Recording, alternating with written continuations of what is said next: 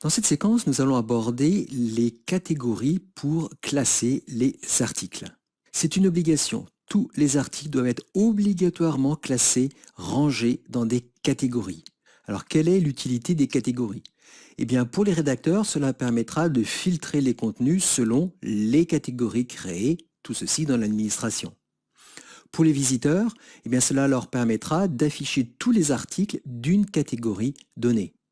Et enfin, pour l'affichage du site publié, la page d'accueil peut éventuellement être affichée de manière spécifique selon les articles de telle ou telle catégorie.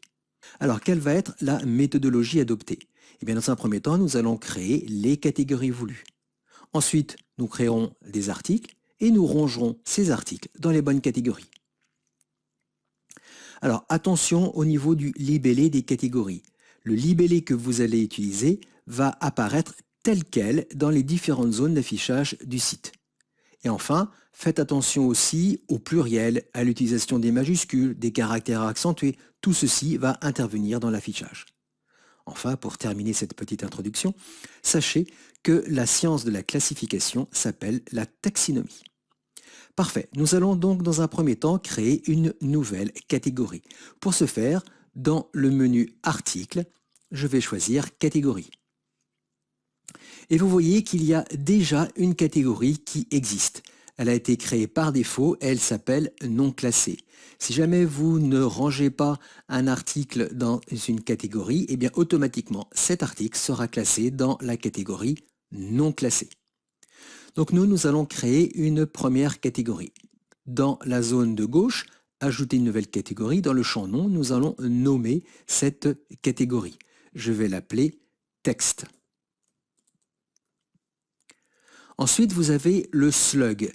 C'est le libellé qui sera utilisé dans l'URL de votre navigateur lorsque l'utilisateur va cliquer sur telle ou telle catégorie.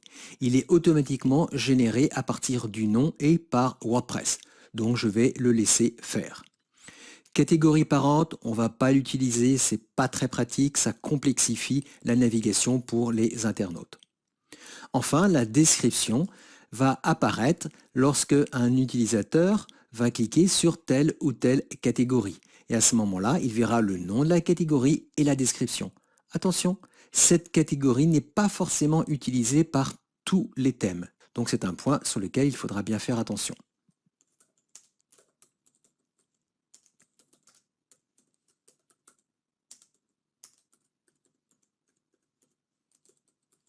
Une fois que tout ceci est saisi, je clique sur le bouton « Ajouter une nouvelle catégorie ». Et la voici, elle apparaît ici. Je vais en créer une deuxième.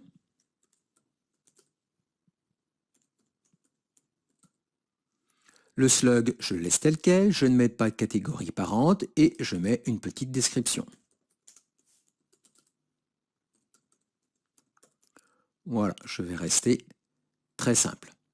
Et je clique sur le bouton « Ajouter une nouvelle catégorie ». Donc voilà, j'ai maintenant 3 catégories, celle par défaut et celle créée par nous-mêmes à l'instant. Maintenant, naturellement, à tout moment, on a la possibilité de modifier telle ou telle catégorie. Par exemple, je voudrais modifier la catégorie texte. Pour ce faire, je suis toujours dans le menu Article catégorie et il me suffit de cliquer sur le libellé texte ou sur le lien qui apparaît au survol Modifier. Cela reviendra strictement au même.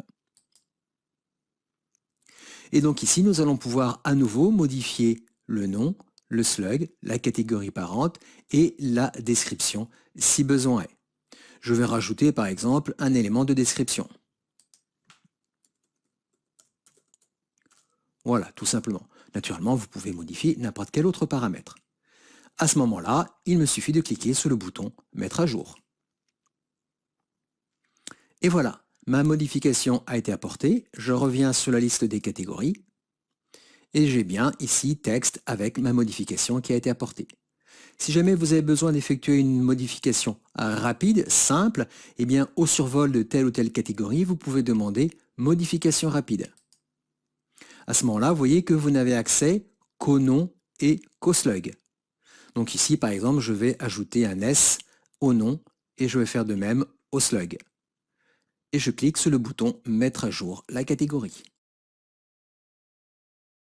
Parfait. Autre possibilité maintenant, c'est de supprimer une catégorie. Je vais en créer une nouvelle, je vais l'appeler Histoire par exemple. Je ne vais pas mettre de description et je clique sur le bouton Ajouter une nouvelle catégorie. Et la voici. Maintenant, au survol, on retrouve les liens que nous avions vus précédemment, modifier, modification rapide, et je peux cliquer maintenant sur le bouton Supprimer. Alors attention, à partir du moment où vous avez des articles qui sont classés dans la catégorie Histoire, ce que nous verrons par la suite, eh bien lorsque vous supprimez la catégorie, vous n'allez naturellement pas supprimer les articles qui appartiennent à la catégorie Histoire. Vous allez simplement supprimer la catégorie. Et dans ce cas-là, les articles qui étaient classés dans la catégorie Histoire qui va être supprimée seront automatiquement classés dans la catégorie Non classée. Donc je peux cliquer sur le bouton Supprimer. J'ai un message de confirmation. Attention, cette action ne peut pas être annulée. Je confirme et je dis OK. Et voilà, ma catégorie a été supprimée. Donc voilà comment vous allez pouvoir créer, modifier et supprimer vos catégories. Dernier point, si jamais vous voulez avoir une autre catégorie que celle qui s'appelle Non classée. Pour ce faire, vous allez dans le menu Réglages et vous choisissez Écriture. Et vous avez dans la partie supérieure Catégorie par défaut des articles et vous voyez qu'en ce moment c'est Non classé. Et vous retrouvez ici les deux autres catégories que nous avons créées précédemment. Donc on peut parfaitement modifier la catégorie par défaut. Si jamais vous apportez une modification, n'oubliez pas de cliquer sur le bouton Enregistrer les modifications. Donc voilà comment vous allez pouvoir gérer vos catégories dans WordPress.